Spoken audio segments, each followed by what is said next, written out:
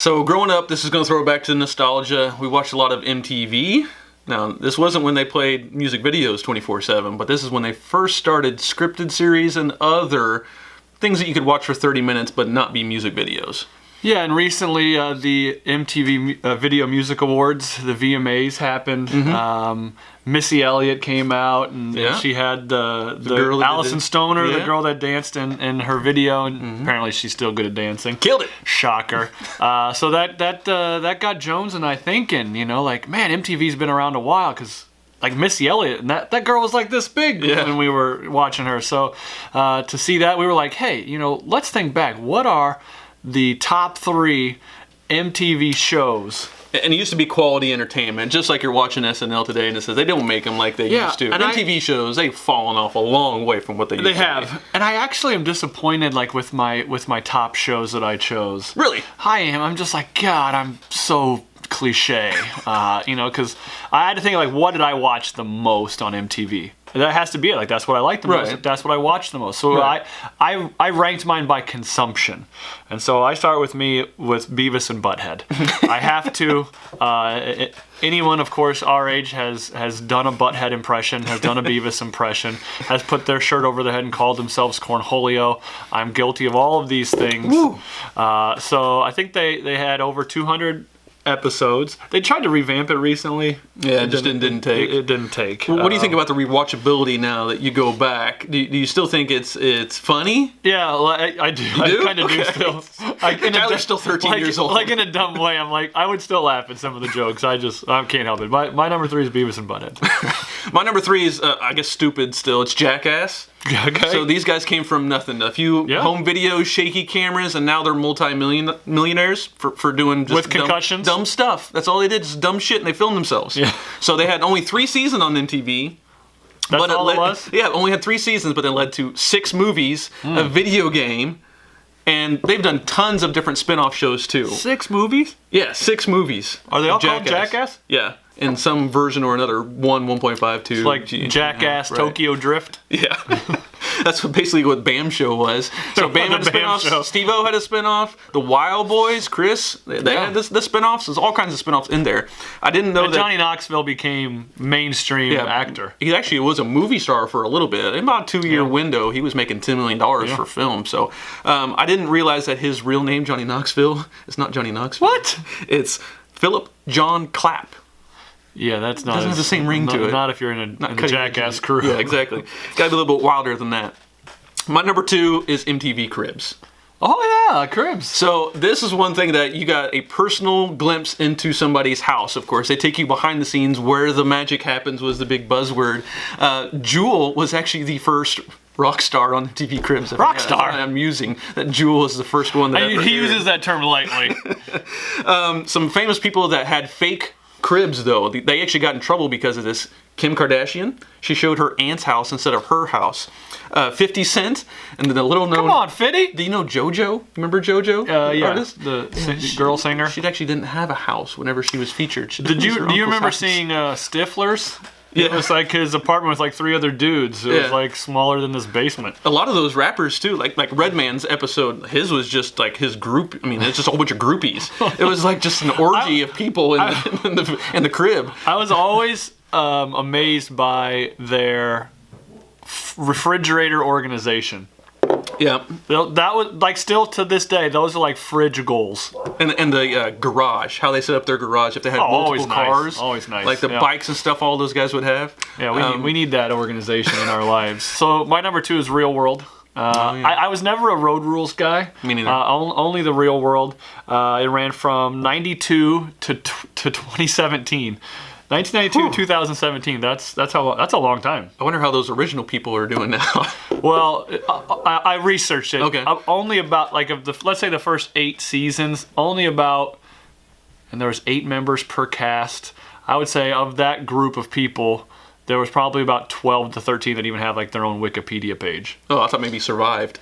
No, they're all alive except for Pedro. That was one of the first ones I watched was San Francisco. They had Puck on there. He caused all the problems. Pedro had AIDS, so it was a big clash. So I was trying to think of the ones I watched. San Francisco. I watched Los Angeles a bit. I watched Boston. My favorite character was this guy named Cyrus. Oh, I remember Cyrus. Yeah, some of these names that you're bringing back. John was on Los Angeles. He was like the cowboy that didn't know much. And then New Orleans I had to watch because the RA for my dorm room floor, he was on New Orleans. Really? Yeah, he literally lived across the hall from me. And he wasn't there like the whole semester because he kept making the next round for real world qualifying. And then he got chosen. David Broom was his name in New Orleans. Now, is that all real? That was always my question. Is the real world actually real, or was it partially scripted? I mean, he said like 90% is just like them doing what they want. He really wasn't like an interesting character, so maybe they just never told him to do anything. But then New York had The Miz, the wrestler, The Miz. Yeah. He was on New York, and then Chicago had I don't remember his last name, but Kyle. He was on Days of Our Lives, for those of you the soap opera watchers. But now he hosts Good Morning Football on the NFL Network. So that's a jump. Like look at The Miz. Like he has his own reality shows now, and he's a professional wrestler. And so those are a lot of the ones that I watched. And I'm like, I watched a lot of those episodes. I have to put that down as number 2 for me. And then number 1 for me, be ashamed of me all you want, Jones, but TRL. I almost picked that one. Total Request Live. It was on every day when we were younger. So I remember just being in my dorm, sitting there like, hey, TRL on? Yeah, man, you want to switch over? Sure. And then we watched TRL every day. So it's funny because I was thinking of TRL initially, and that was like social media before social media too. It was request. When we were teenagers, there wasn't Facebook, there wasn't Twitter or anything. Like this is how you got your call entertainment in and request, and then you could somehow, you get on the internet, obviously, and try to request through there, but that was about as interactive as we got with things, and that's why TRL was interesting. You had access to the celebrities. You had access. And there was always a celebrity on the show, like, every day. Right. And they just had their downtown New York studio, which was cool. I did find out in doing research, TRL, which, Total Request Live, turns out many of the shows were pre-recorded. I'm sure Carson got busy. The celebs, this celebrity can only be here. J-Lo can only be here at like 10 a.m. Right. We should just tape it then. Right. So get some crowds in here. I remember the kids like waiting on the street to try to get up in and be on the show, and they'd interview them, and then that would get their kids there like every day. It was ahead of its time. Yeah. Like I really did think it was ahead of its time. Now, love him or hate him, Carson Daly? I respect him. You didn't have a polarizing opinion on him, though? No, I guess I liked him because I was a broadcast major. He was pretty consistent and pretty good at his job, and so I was like, I could do that. And I think I'm funnier than him. I do respect him because, he had a hard job of appealing to every teenager in America. I won't say he was a little dry, though. He didn't really have a sense of humor. Like, he relied on the other personalities to do that. But you're sacrificing that for a live show. Right. You gotta have someone good. Seacrest is the best. Yeah. Love him or hate him, funny or not, whatever. He's good. Right. American Idol's easy for him. The Voice is easy for Carson because they're good at those things. So as a journalist, I respected those guys. Yeah. Another guy I have a lot of respect for different reasons is Exhibit, and Pimp My Ride is my number 1. Pimp My Ride. Exhibit could do no wrong. He was a thug with a heart. So essentially, if you're not familiar with the program, he would take old shitty cars and turn them into non-POSs. That's what he did. Yeah. He would pimp people's ride, essentially. Before pimp was a bad word, it was actually a good word. When you said pimp my whatever, that's a good thing. This thing ran for 8 seasons and was unlike anything else on television. He would flip cars, essentially. This was before HGTV had twin brothers doing that shit. Exhibit was doing it on cars.